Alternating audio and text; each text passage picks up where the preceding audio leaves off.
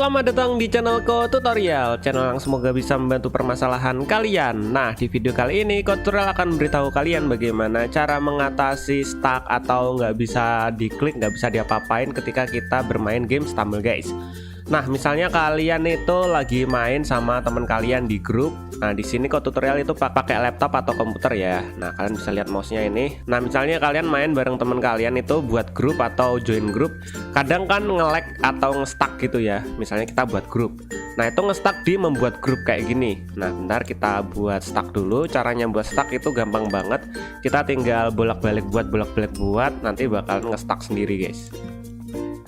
Nah, kayak gini guys. Kalau udah kayak gini tuh bakalan nge-stuck dan nggak bisa diapa-apain, ngeklik atau apa. Nah, cara cepat untuk mengatasi stuck atau ngebug kayak gini gampang banget. Kalian tinggal pencet di keyboard kalian itu tombol Windows. Jadi ada tulisannya W atau logo seperti ini.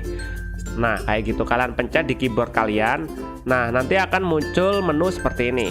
Nah, caranya kalian pilih di bagian Stumble guys-nya ini, kalian klik kanan, kemudian kalian close Windows guys. Itu cara yang pertama ya guys ya.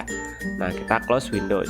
Nah, nanti akan keluar dari gamenya atau Stumble guys-nya. Nah, kalian buka deh lagi game Stumble guys-nya. Nah, nanti kalian akan masuk lagi ke game Stumble guys-nya. Setelah itu kalian tinggal buat grup, kemudian buat room lagi guys. Dan sekarang cara yang kedua. Cara yang kedua itu nggak usah kalian close gamenya. Maksudnya gimana? Caranya kayak gini. Nah, misalnya seperti ini guys, nge-stuck seperti ini. Nah, langkah yang selanjutnya, langkah kedua, jika masih nge-stuck dan jika kalian udah mencet tombol Windows yang ada di keyboard kalian, udah kalian tombol atau tekan, dan kalian klik kanan close nggak bisa, kalian bisa dengan cara klik di area kosong samping kanannya sini, ini namanya taskbar. Kalian klik di area taskbar yang kosong ini, klik kanan ya guys ya. Kemudian kalian pilih task manager. Nah, nanti akan muncul tampilan kerja kecil kayak gini, task manager. Nah, kalian klik di Stumble guys-nya. Setelah itu kalian pilih end text.